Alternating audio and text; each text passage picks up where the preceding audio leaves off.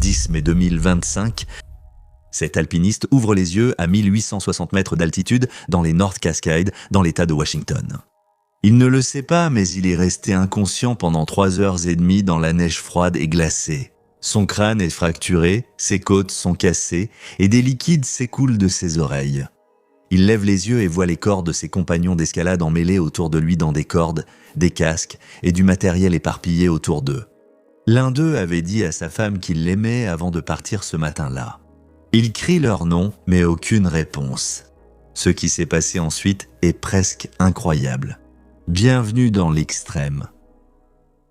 Le 10 mai 2025, 4 amis ont quitté un parking près de la SR20 dans les North Cascades de l'État de Washington vers 6h10 du matin.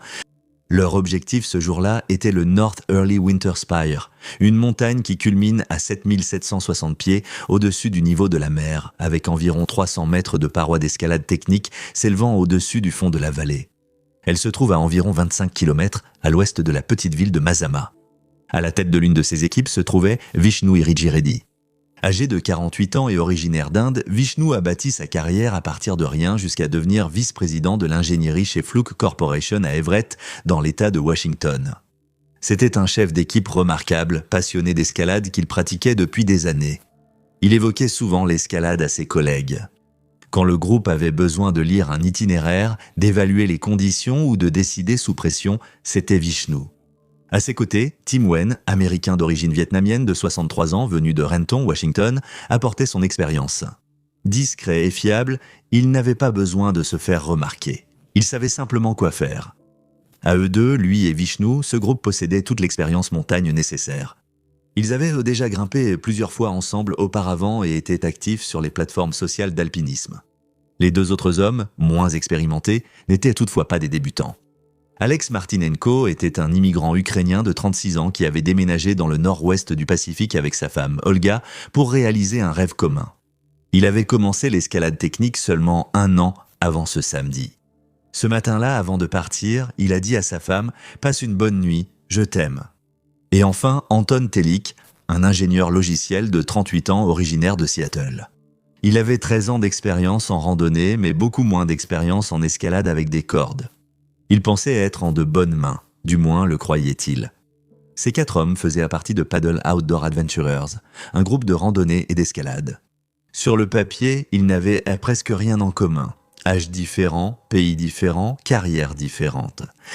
Mais vous savez comment c'est avec certains groupes d'amis. On se rencontre et à un moment donné, les années et les origines cessent simplement d'exister. C'était exactement ça. Ils se retrouvèrent le week-end pour oublier le travail, la vie et les responsabilités, et juste passer du temps ensemble. Ils avaient déjà gravi des sommets locaux, affronté des terrains plus difficiles et bâti cette confiance unique née d'être encordés ensemble sur une paroi. Cette ascension en particulier n'était qu'une autre sortie du week-end, une occasion de déconnecter, de se retrouver et de conquérir une nouvelle voie. Ils avaient choisi le samedi délibérément pour pouvoir rentrer chez eux le soir et fêter la fête des mères avec leur famille le dimanche. À 6h10 du matin, ils ont mis leur sac à dos et ont commencé à monter dans l'obscurité. La montagne culmine à 2365 mètres d'altitude, mais ils n'allaient pas grimper toute cette hauteur à la verticale. L'itinéraire commence en fait par une randonnée brutale et raide à travers une vallée enneigée, rien que pour atteindre le pied de la montagne. La véritable ascension commence à un endroit appelé le couloir Early Winter. C'est ce couloir étroit et abrupt de glace et de roches qui monte tout droit le long de ce mur vertical massif de 335 mètres jusqu'au sommet. Le plan ce jour-là était d'affronter ce mur en 2 cordées. Chaque équipe progresserait en cordée avec une personne avançant pendant que l'autre tenait la corde afin que si quelqu'un glissait, son partenaire puisse le retenir rapidement. Avant même que l'ascension ne commence, le groupe devait déjà faire face à des problèmes urgents.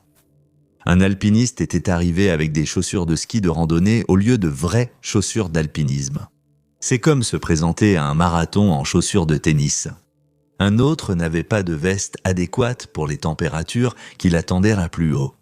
Ce n'était que des problèmes mineurs, ils ont donc grimpé rapidement avant que le soleil ne réchauffe la glace. S'ils redescendaient assez vite, tout cela n'aurait aucune importance.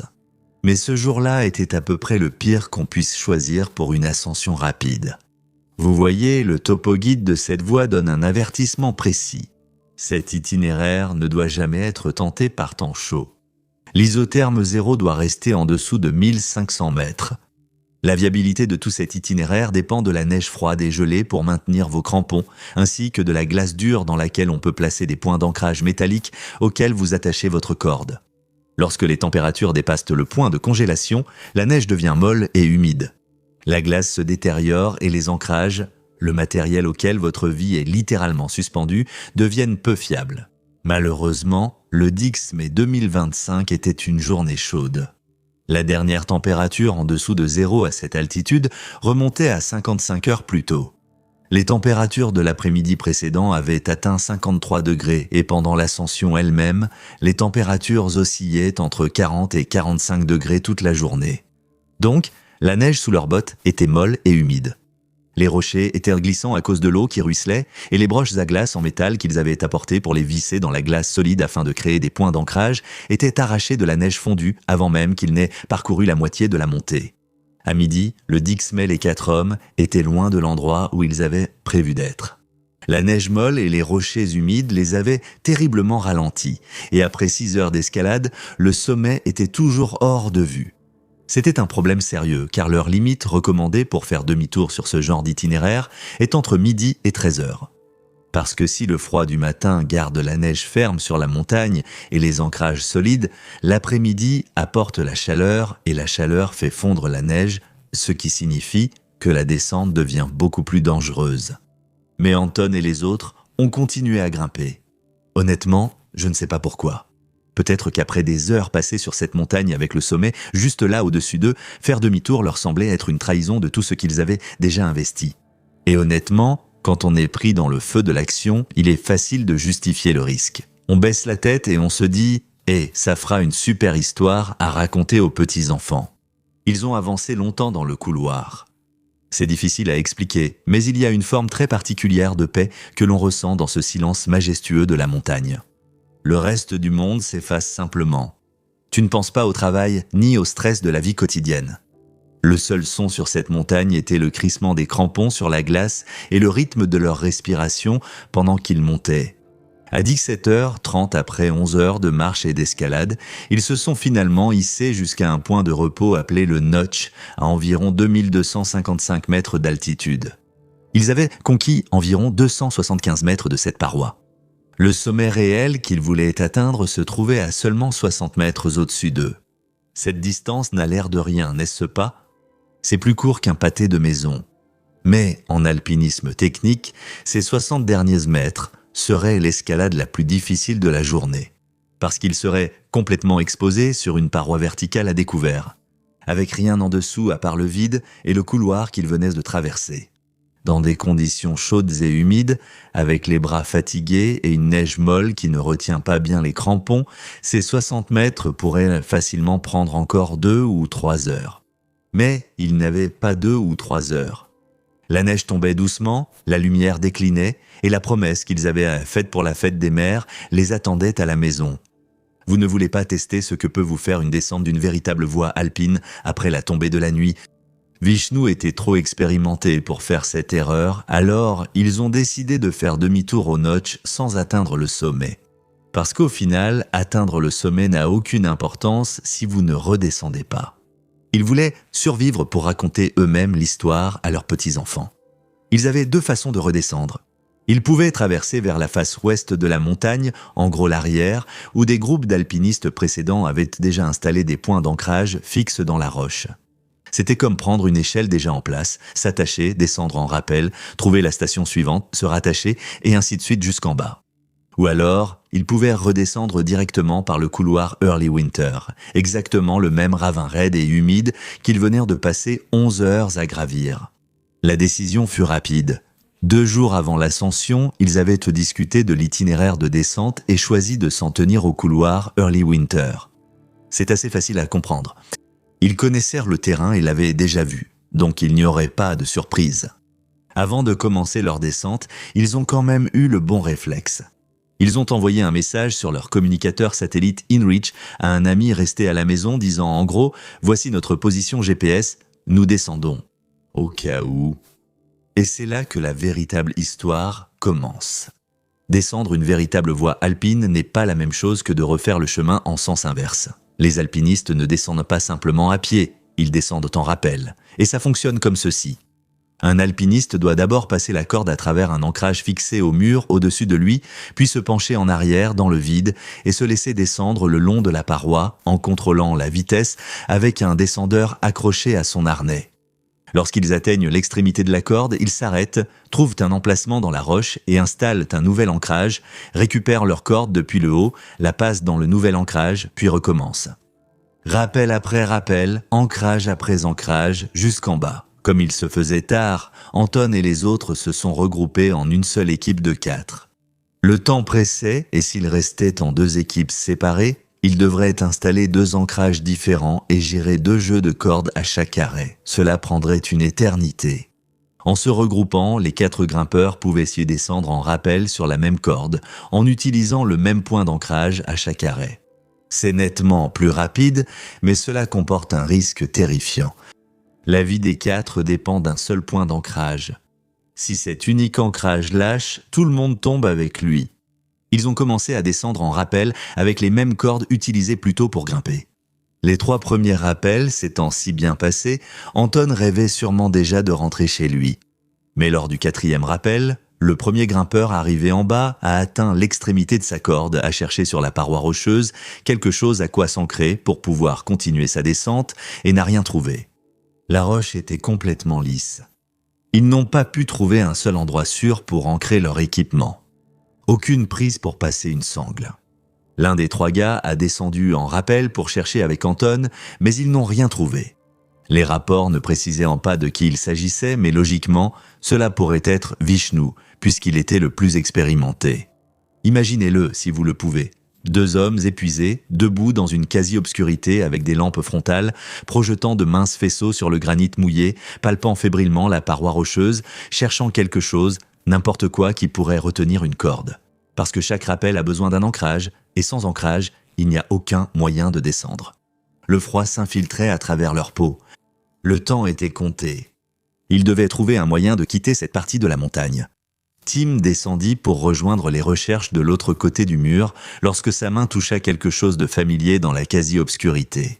C'était un piton, une pointe métallique à peu près de la taille d'un gros clou que les alpinistes utilisaient pour créer un point d'ancrage. Celui-ci avait été placé par une équipe d'alpinistes inconnus et laissé là. Il était vieux, usé par les intempéries et rouillé. Personne ne savait depuis combien de temps il avait été placé là, ni jusqu'à quelle profondeur il s'enfonçait dans la roche. Après tout ce que le mur avait refusé de leur offrir, ce piton rouillé leur semblait être une véritable délivrance. Alors, tous les 4 se sont regroupés à cet endroit, ont installé 2 sangles et un mousqueton à verrouillage dans l'œil du piton. Le premier grimpeur est descendu sain et sauf. Le deuxième aussi. Le 3e était en train de descendre la paroi rocheuse quand c'est arrivé. Une seconde, il se descendait prudemment le long de la paroi, son poids reposant entièrement sur la corde, quand le piton s'est simplement arraché de la roche, comme un clou mal fixé qui glisse hors d'un trou devenu trop large pour le retenir. Il n'y a eu aucun avertissement, et comme les 4 hommes étaient à tous attachés à la même corde, au même point d'ancrage, il a entraîné tout le monde avec lui. En une fraction de seconde, les 4 alpinistes glissaient, roulaient, se débattaient et dévalaient la neige et les rochers sur encore 120 à 150 mètres. Jusqu'à ce qu'ils s'arrêtent net en bas du couloir, là où ils avaient passé des heures à grimper prudemment. Puis le silence. Un silence absolument terrifiant. Vers 22 heures, Anton a ouvert brusquement les yeux et il n'a d'abord ressenti aucune douleur. C'était le froid. Un froid presque insupportable. Sa tête battait comme sous les coups d'une masse. Il porta la main à son visage et sentit quelque chose de mouillé et collant. Ses côtes envoyaient des vagues de douleur aiguë dans tout son corps. Est-ce que ses jambes allaient encore fonctionner? Il n'en avait aucune idée. Il a appelé ses amis, Vishnu, Tim, Alex, levez-vous. Il a secoué les cordes dans lesquelles il était emmêlé, attendant un gémissement, un souffle, un juron, n'importe quoi. Il n'y avait rien. Anton était un homme blessé qui venait de tomber de 120 mètres sur une montagne déserte et avait perdu ses 3 amis. Pas de lampe frontale, aucun ami vivant à proximité. Aucun moyen de faire savoir au monde extérieur qu'il avait besoin d'aide. Il ne pendait pas dans le vide, mais il n'avait pas non plus atterri sur une corniche plate et sûre. Il était allongé sur le côté, sur une pente raide et glissante de neige profonde et lourde. C'était la seule chose qui l'empêchait de glisser plus bas sur la montagne. C'était d'un silence total, terrifiant. Parce qu'ils étaient piégés dans cet immense couloir rocheux, la montagne avalait tout simplement chaque son. Quand Anton a crié dans l'obscurité et n'a rien entendu en retour, il a compris que peu importe à quel point il criait fort, personne n'allait l'entendre. Il n'y avait aucun randonneur de passage, aucun alpiniste dehors si tard et l'autoroute était trop loin. S'il criait, la montagne allait simplement engloutir le son. Pour survivre, il n'avait qu'un seul choix. Il devait se dégager, réussir à se remettre debout d'une manière ou d'une autre et descendre la montagne. La plupart des gens confrontés à ce genre de situation s'allongeraient et laisseraient simplement l'hypothermie les emporter. Au lieu de ça, Anton a fait quelque chose de presque incroyable. Il s'est relevé. Il ne savait pas si ses jambes tiendraient, mais elles ont à peine tenu. Il a fouillé les décombres autour de lui dans l'obscurité jusqu'à ce qu'il trouve un pic en métal de la taille d'une petite hache conçu pour être enfoncé dans le sol gelé. En gros, un pic portatif qu'il pouvait enfoncer dans la glace dure pour se traîner physiquement vers l'avant. Il referma la main dessus et avec pour seule énergie la gravité et ce qu'il restait de la volonté de son corps, Anton se mit à bouger. L'endroit où il est tombé n'était pas un sentier balisé, donc il n'y avait ni repère ni lumière. C'était la montagne à l'état brut, avec des pentes de neige raides, des rochers instables, puis de nouveau des pentes de neige raides. Et souvenez-vous, il était 22 heures. Donc il faisait complètement noir. Il n'avait aucune idée de l'endroit exact où il se trouvait, mais il savait avec une certitude absolue que la route était en bas. Continuer à descendre, et finalement la montagne déboucherait sur le fond de la vallée où la SR20 passe. Il ne naviguait pas, il suivait simplement cette logique implacable. Mais il faut imaginer sa position réelle sur cette montagne. Il ne pouvait pas simplement se lever et marcher. La pente était bien trop raide et son corps était trop brisé. Il n'avait pas de corde pour le rappel. À la place, il devait faire face à la montagne, pressant sa poitrine contre la neige glacée pour garder son centre de gravité aussi bas que possible. Avec le piolet trouvé dans les débris, il a rampé à reculons pour descendre le couloir. Il plantait la pointe métallique acérée dans la glace au-dessus de lui, descendait ses bottes de quelques centimètres, testait son poids, puis retirait l'outil pour recommencer encore et encore, toujours plus bas.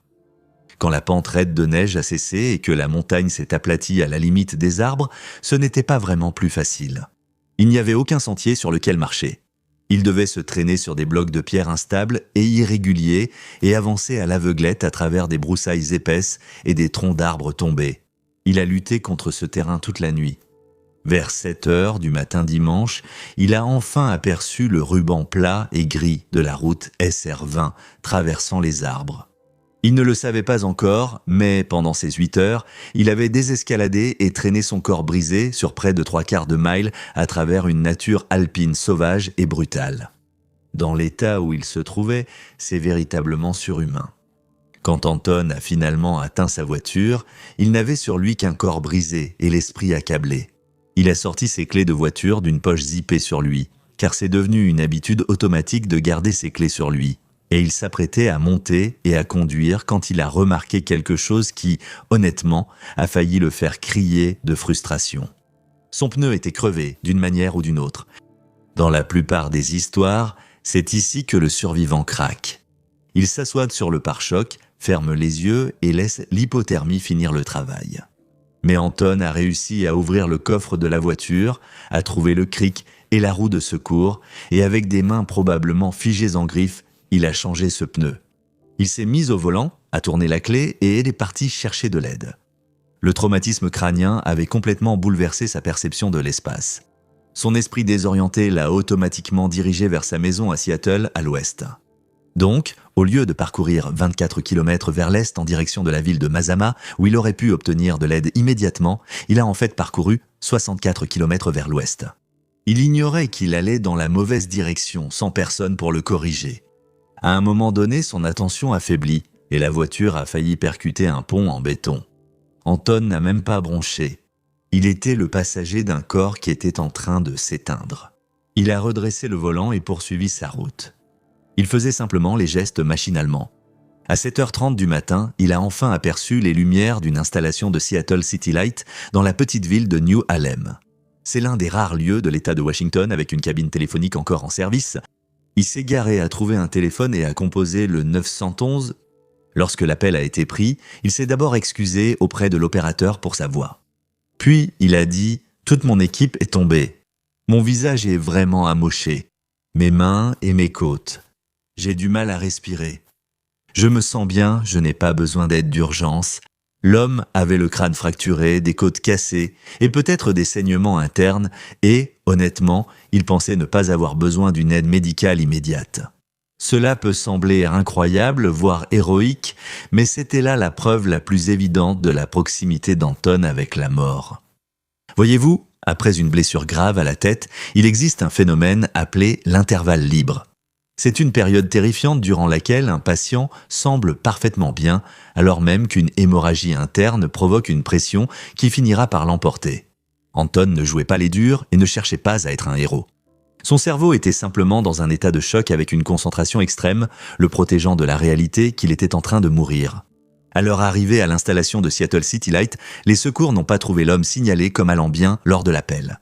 Ils ont trouvé un homme dont le visage était un masque de sang et d'échymose, avec un liquide clair s'écoulant encore de ses oreilles, un signe indéniable d'une fracture du crâne basilaire. Il a été évacué d'urgence en hélicoptère à Harborview Medical Center, où ses blessures ont été entièrement évaluées. Anton avait subi un énorme hématome épidural. Une artère rompue pompait du sang dans l'espace étroit entre son cerveau et son crâne, et la pression à l'intérieur de sa tête était si intense qu'elle était physique. Elle poussait littéralement son cerveau hors de son axe. Il était à quelques minutes d'une mort certaine. Les médecins ont littéralement dû le placer dans un coma artificiel pour arrêter l'hémorragie avant de pouvoir effectuer des interventions chirurgicales d'urgence. Anton a vécu sur le fil du rasoir pendant des jours, mais il a survécu. Il a passé 6 jours à Harborview avant d'être transféré pour des soins complémentaires. Il a été le seul survivant. Quand il a été suffisamment en état de parler, il a parlé avec les enquêteurs du service des forêts pour expliquer ce qui s'était passé. Et il est vite devenu évident que ce qui s'est passé là-haut était une histoire sur ce qui se passe dans l'esprit humain lorsque l'épuisement, la confiance et le manque de temps convergent tous au pire moment. Tout d'abord, les 4 alpinistes étaient amis. Quand vous êtes encordé à quelqu'un en haute montagne, cette corde signifie « je te confie ma vie ». Après des années d'amitié et 11 heures d'escalade difficile, cette confiance s'était construite encore et encore. Alors, quand ils ont trouvé ce python rouillé, personne n'a rien dit, non pas par négligence, mais par confiance. Ils se sont dit en gros, il l'a regardé, il sait à quoi ressemble un bon ancrage. Si ce n'était pas bon, il aurait dit quelque chose. Anton a notamment dit aux enquêteurs qu'il avait supposé que soit Tim, soit Vishnu, les hommes les plus expérimentés, l'avaient évalué. C'est tellement facile d'être assis dans une pièce chaude et sûre et de dire qu'une simple double vérification de cet ancrage les aurait sauvés. Mais cela ignore complètement la réalité de cette paroi. Cela faisait 11 heures éprouvantes qu'ils luttaient contre la gravité. Leurs corps étaient meurtris, la neige tombait et l'obscurité s'installait. Ce python rouillé, à ce moment-là, était simplement leur dernier espoir de rentrer chez eux. Et quand il a cédé, 3 hommes ont perdu la vie. Voilà le truc. Chaque mois, je fais une vidéo uniquement pour Patreon. Les avertissements étaient là. Vous ne la verrez nulle part ailleurs. Si ça vous intéresse, les liens sont en description. Il y a une chose de plus que les autorités n'arriveront pas à comprendre à propos de cet accident. Comment Anton a-t-il survécu ? Comment un être humain peut-il tomber de la hauteur d'un gratte-ciel de 40 étages, dévaler un véritable broyeur de granit et de glace, se réveiller avec un trou dans le crâne, puis accomplir un exploit d'endurance qui briserait un athlète professionnel ? Le rapport du service forestier n'a absolument aucune réponse à cela. Il dit « Il n'y a aucun élément concret permettant d'expliquer comment grimpeur 4 a survécu à la chute, puisque les grimpeurs 1, 2 et 4 sont tous tombés de la même hauteur et étaient attachés au python de la même manière. » Pour le service forestier, ils n'étaient que des numéros, mais en réalité, des épouses et des mères attendaient que leurs maris et leurs fils franchissent la porte pour célébrer la fête des mères avec elles. Le rapport disait en gros que, selon tous les témoignages, Anton n'aurait pas dû survivre. Mais quand on retrace la brutalité extrême de cette chute, la seule explication, c'est qu'une série de facteurs incroyablement chanceux l'ont, d'une manière ou d'une autre, maintenu en vie. Le premier facteur est la forme du couloir où il est tombé. Bien qu'il s'agisse d'une chute de 120 mètres, Anton n'a pas percuté la montagne comme une bouteille en verre sur un trottoir. Le couloir en début d'hiver est incliné à environ 45 degrés. À cause de cette pente, il glissait et roulait en tombant. Chaque fois que son corps heurtait une congère ou glissait sur une plaque de glace, la montagne le ralentissait et dissipait son élan de 1000 petites façons au lieu d'un arrêt final et violent. Et puis, il y a le coussin. Rappelez-vous, c'était en mai. La montagne était en pleine fonte humide, donc ce n'était pas la glace dure comme de la pierre de janvier qui brise les os au contact. La neige sur la montagne était lourde et molle. Donc, quand Anton a finalement atteint le bas de cette chute de 120 mètres, il ne s'est pas écrasé contre un mur de briques. Il s'est écrasé sur un énorme matelas mouillé de neige de printemps. Cette neige s'est comprimée sous son poids et a absorbé l'énergie cinétique qui aurait pulvérisé ses organes internes s'il était tombé sur de la roche sèche ou de la glace dure à la place. Puis il y a l'enchevêtrement lui-même. Anton s'est réveillé emmêlé dans un réseau de cordes et d'équipements. La corde qui a entraîné tout le monde vers le bas l'a peut-être aussi maintenu en vie en agissant comme un parachute de freinage chaotique à forte friction. Le poids des 3 autres alpinistes a servi de frein mécanique pour Anton, le ralentissant suffisamment pour absorber le pire de la chute. Mais l'élément le plus incroyable qui l'a sauvé cette nuit-là, c'est le froid. Lorsqu'Anton a repris connaissance à 22 heures, il était déjà en hypothermie. Habituellement, c'est une condamnation à mort, mais pour un homme avec le crâne fracturé, cet air glacial a abaissé sa température corporelle, ce qui a ralenti les processus métaboliques menant à un gonflement rapide du cerveau. Cela a eu l'effet d'une poche de glace sur sa tête, juste assez longtemps pour qu'il trouve ce téléphone. C'est incroyable quand on y pense. Chacune de ces conditions, prises séparément, lui aurait probablement coûté la vie. Le 10 mai 2025, ils l'ont sauvé. Quand Anton a été interrogé par un journaliste sur la façon dont il avait pu survivre, il a répondu « Heureusement, j'ai survécu. Rien de ce que j'ai fait n'était extraordinaire, j'ai juste eu de la chance. » Chanceux. Eh bien, c'est une façon de le dire. Ce groupe d'amis a laissé la pression bien réelle du compte à rebours les aveugler face à une erreur fatale. Mais ce prochain alpiniste est l'un des plus précis et obsessionnels de toute l'histoire de l'alpinisme. Il a survécu à l'une des parois rocheuses les plus dangereuses du métos du monde.